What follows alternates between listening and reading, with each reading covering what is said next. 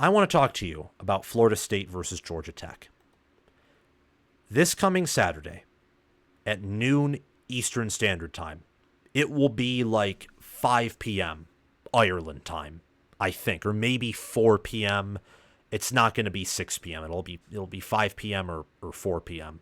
I know for a fact that Ireland is not they're not 6 hours ahead of the Eastern time zone because Spain, Portugal, and West Africa aren't. So that wouldn't make sense for Ireland to be that far ahead. But anyway, the football is what we're talking about here, not the time zones. Football in Ireland, I don't exactly know why we do it, but we do, and it's interesting. And I think more international games would be better as long as you're not taking away multiple home games. Then that's just stupid, ruins the fan experience. But the more fans we can get around the world for college football, I think the better, because I think it's the best sport in the history of not just America, but I know I'm biased in saying this, but I think it's the best sport in the entire world. So it's great. And I'm happy that this game is the first game of the regular season and not Notre Dame Navy, which was a 45-3 blowout in which everyone all of a sudden thought that Sam Hartman was the second coming until he wasn't. Anyway, Florida State is preseason top 10. They are ranked number 10. Exactly. So just inside that preseason top 10. They finished last year ranked 6th with a 13-1 record.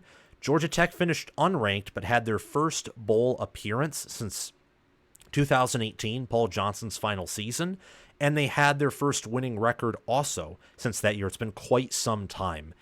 This past season, and in 2022 when Brent Key was the head coach and the interim head coach in 2022, Georgia Tech also competed with Georgia and gave them everything they got. So there's a spark that Georgia Tech has, I think, with Brent Key, especially with how they're recruiting, what they've brought back, the fact that they looked competent and good offensively last year in spite of one of the country's worst defenses.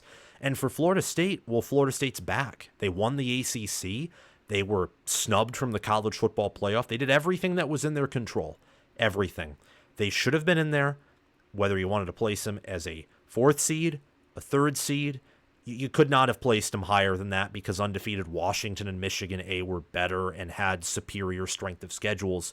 But they should have been 3rd or 4th. And it should have been Alabama, or maybe in a more objective world, because I think Alabama was better than Texas, maybe it should have been Texas that was left out. And Florida State and Alabama and Michigan and Washington in. But regardless, Florida State was snubbed. But they're back, and Georgia Tech is on the rise. Both of these teams have motivation, and they have all the reasons in the world to want this game, to need this game. Georgia Tech's schedule, for example, is one of the toughest, if not the toughest, in the ACC. They play Florida State, Notre Dame, Miami, NC State, and Georgia. 5 preseason top 25 opponents. Notre Dame, Georgia, and Florida State are preseason top 10, so 3 preseason top 10 opponents. Their non-conference schedule is Notre Dame, Georgia, VMI, and Georgia State. Thank goodness for VMI and Georgia State, because a non-conference schedule of Notre Dame and Georgia is insanity. But Georgia Tech signed up for that because they play Georgia annually, and I think that's beautiful. No reason to shy away from a rivalry like Georgia and Georgia Tech, which is better than a lot of other rivalries that people would believe are better than clean old-fashioned hate. For Florida State, they also play a tough schedule. They're out of conference as Memphis, which is one of the best Group of 5 teams. It is also Notre Dame, Charleston Southern, and Florida. Florida will be average, I think. Not good, like many power rankings believe. I think they're overrating Florida due to Graham Mertz being inflated by his statistics last season. Partly garbage time. Other part is the fact that the offense was designed to be easy. But they'll be average. They will be better than their record indicates for sure. Notre Dame on the road in November is going to be painful. And Memphis, after a bye, so that can be a good thing or a bad thing. And I think Memphis especially needs that game if they want to get into the college football playoff, because Memphis beating Florida State, which, do not hate me for saying this, it's possible, given all that Memphis brings back, all that Florida State loses. It's highly unlikely, but it's possible. It's one of the more likely group of 5 over power 4 upsets. If Memphis wins that game, as long as they win their conference, they're guaranteed to be in. Because I don't see Boise State beating Oregon. That's far less likely in my mind. Mainly because Memphis has a better quarterback, they have better receivers, and Boise State trying to run the ball and out special teams Oregon won't matter when the high octane Ducks will just roll them over. But Florida State's schedule and Georgia Tech's are both tough. They need this game. They need it to provide momentum. And more so, as for Florida State to not get embarrassed, to not have what could be not a program-defining loss, but certainly a season-defining loss. And for Georgia Tech, their schedule is so tough that they need all the wins that they can get. They do. Whether that is to boost recruiting, which is doing very well under Brent Key, or to reach the ACC championship game, which is likely because their toughest games of the season by preseason rankings and power ratings will be non-conference games against Notre Dame and against Georgia. So that's really the background for this week 0 game. And Florida State's favored right now by 11 points per ESPN. The over-under is 55.5. Georgia Tech's plus 360 money line. Florida State is minus 450. I want to look at Florida State's defense and Georgia Tech's offense. Florida State's defense last year was 13th in offensive points allowed per game. They only allowed 18.2. They only allowed 0.285 points per play last season, which was 16th. They allowed 340.2 total yards per game, not rushing yards per game, but total yards per game, which was 31st. They played a pretty bend but don't break defense and only forced about 1.2 turnovers per game, and they returned 57% of their defensive production. So this defense very easily could take a step back. They were outside the top 25 in rushing yards per game. Georgia Tech, meanwhile, was inside the top 15 in rushing yards per game. They ran for over 200 rushing yards last year and over 5 yards per carry, which is very impressive. Jamal Haynes and Haynes King led the team in rushing yards, and Eric Singleton Jr. is a great receiver. Weston Franklin, Joe Fussile, and Jordan Williams are some of the nation's better offensive linemen too. And their tight end room has some players as well. This offense with Buster Faulkner as the offensive coordinator, who was an assistant and analyst under Todd Monken during his tenure at Georgia, he has revolutionized Tech's offense. Gone with the obsolete and disgusting and slow Jeff Collins offenses. The triple option, while Paul Johnson worked it to perfection, has its limitations. This offense, I'm telling you right now, has the potential to be a top 10 offense. Now, that may not matter if the defense for Georgia Tech doesn't improve, but we'll get there. Florida State's defense brings back Patrick Payton and Joshua Farmer and DJ Lundy and Fentrell Cypress II and Azariah Thomas. You look at their depth chart that I have displayed to all of you, and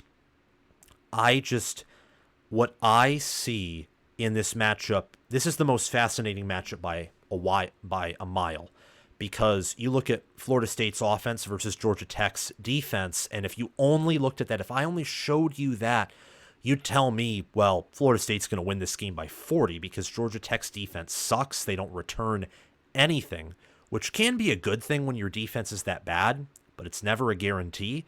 And while Florida State's offense does lose a lot, they bring back much of their offensive line, and they use the portal to help reload at running back and at least get a good player at quarterback in DJ Uiagalelei. But I do want to check out these statistics on the offense and defense. For Florida State last season, let's dive a little deeper. They had 46 sacks. And who led the team, may you ask? Well, it was Jared Verse with 9, but Patrick Payton had 7 sacks, and he had 9 passes defended and 2 forced fumbles. On the defensive line as well, Joshua Farmer had 5 sacks and 2 passes defended and a forced fumble. A defensive back, Shaheem Brown, who starts at safety, had 2 sacks, 53 total tackles, a pick, and 4 passes defended. And you also look at Azariah Thomas. Azariah Thomas, he had, along with Fentrell Cypress, nearly double-digit passes defended. They're some of the best cornerbacks in the country. Azariah Thomas had 10 passes defended. 10. That's very impressive. And Fentrell Cypress, on the other hand, had 7 passes defended. And Thomas and Cypress each had a forced fumble and a fumble recovery. And Azariah Thomas also had a half sack for a total of 7 yards. This defense is aggressive. They will get to the quarterback. They had 76 passes defended last year. I mean, their secondary, I'm telling you, is good. 76 passes defended is a jarring statistic. They may have led the country in passes defended per game. That's very impressive. And on top of that, they had 14 forced fumbles, 10 picks. This defense isn't going anywhere, even losing Jared Verse and Braden Fisk and Renardo Green and Kalen DeLoach. They're not going anywhere. They may take a step back. They may actually improve because there is a lot of ground to improve on the run defense for Florida State. But I think that they're going to be at least a good, great defense. For Georgia Tech, offensively, the Yellow Jackets last season had 2,649 rushing yards per game, and they averaged 5.4 yards per carry with 24 rushing touchdowns. I'm a Michigan fan. Those numbers are 2021 Michigan stuff on the ground. That's very impressive. Jamal Haynes had 1,000 rushing yards, averaged 6 yards per carry, and had 7 rushing touchdowns. Haynes King was only sacked 15 times, and he averaged 6.1 yards per carry. He had 10 rushing touchdowns and 737 rushing yards. On the receiving end, Eric Singleton Jr. and Malik Rutherford each had over 500 receiving yards and 4 or more receiving touchdowns. And again, the offensive line only allowed 15 sacks. That factors in that they play Georgia every year, so their schedule is always going to be at least somewhat of a challenge, if not hard. I love this offense for Georgia Tech, and I like the defense for Florida State. This matchup, on the other hand, screams Florida State. The other one, you can go back and forth and debate all day. But offensively for Florida State, a unit that was top 30 in points per play, offensive points per game, offensive touchdowns per game, inside the top 40 in yards per play, and just outside the top 50 in yards per game. But keep in mind, with a healthy Jordan Travis and with Florida State's ideal system working in their favor, they were much better than this. Jordan Travis, suffering the injury he did, which really sucked, did not help Florida State against Florida, Louisville, or Georgia, particularly on offense. The defense, their statistics got punched down by Georgia. They held their ground against Florida and Louisville and had a very impressive performance in those games. But this offense last season at times looked like a top 10 offense. Remember what they did against LSU, what they were able to do against, it's really that LSU game, wasn't it? I mean, what they did against Clemson to a certain degree was impressive. The yards they got and what they did, not just with the defense forcing those stops and getting the defensive touchdown, but Clemson's defense was really good. And Florida State's offense last year did not do them favors with an inconsistent ground attack, going up against a defense whose strength was the front and the linebackers. So Florida State, being a little one-dimensional, did well in that Clemson game. But anyway, Florida State will start at wide receiver Malik Benson, Jalen Brown, and Ja'Kai Douglas. Those players are mostly new because Keon Coleman is gone. Johnny Wilson is gone. Jaheim Bell, who could be a wide receiver or a tight end, he's gone. And then Malik Benson, he's gone at running back, replaced by incoming transfer Roydell Williams. Jordan Travis is gone, and DJ Uiagalelei replaces him at quarterback.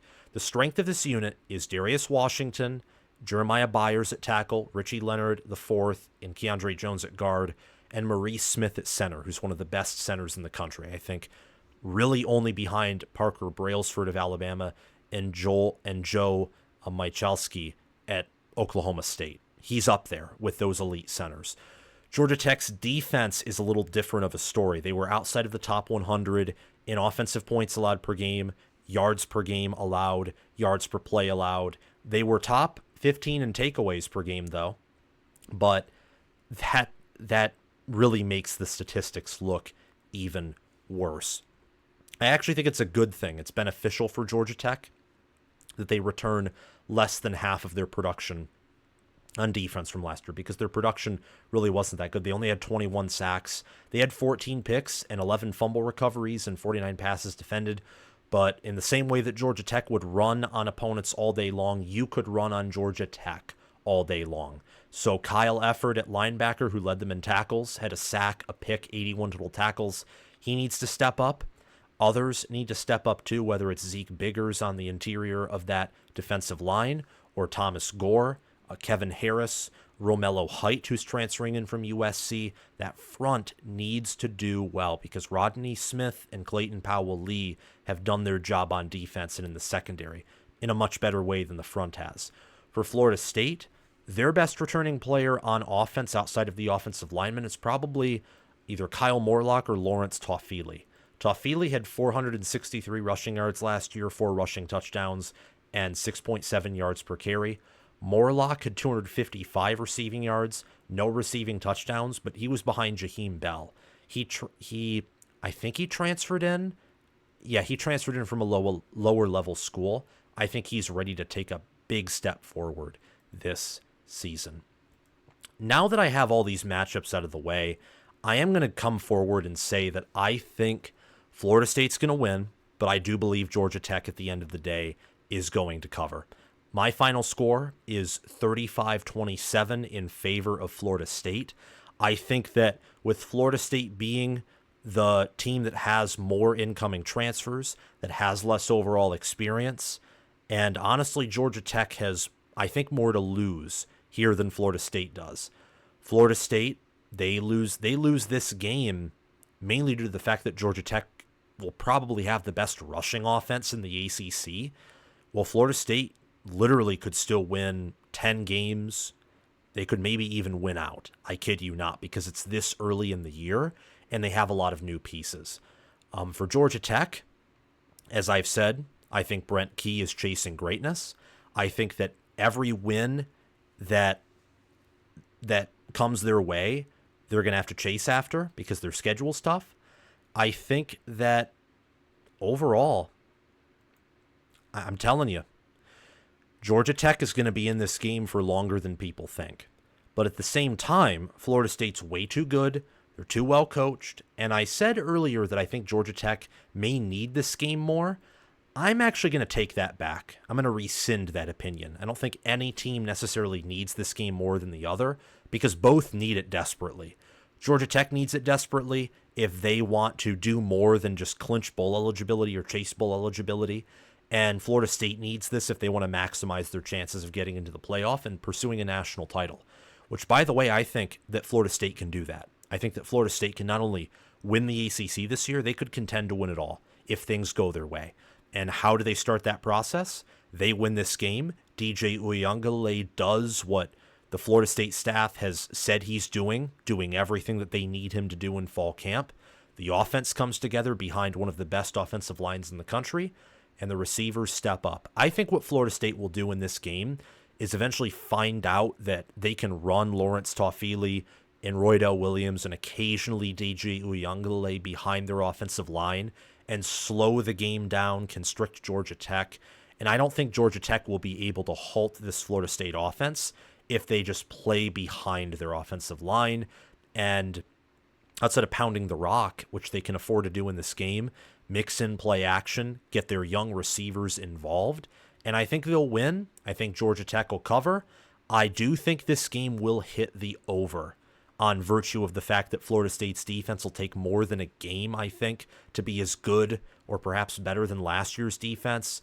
Georgia Tech's defense will not be a good unit, I don't think, and both offenses will be good offenses. I think Georgia Tech's will, in fact, be a great offense. Thank you for watching this cut of Touchdown Talk. Remember to like the video to help this channel get into the algorithm and grow as we approach the 2024 season. And also subscribe to the channel and click the notification bell so that you can participate in our giveaway at 20,000 subscribers. Help us to grow, join this awesome community, and also be notified when we release new content here on College Football with Sam. I would like to thank my Patreon members for sponsoring this video and channel. A shout out to Crash2488 and Brasco Rascal for being $25 a month Heisman members. A shout out to $10 a month American members, all American members, Chris Lane, Connor Little OH, and Ismar. And a shout out to $5 all conference members, John Lynn, Roaming Gnome, Matthew Sale, Austin Christmas, and Janisha Cockrell. Have a great day, guys, and we will see you soon. Bye.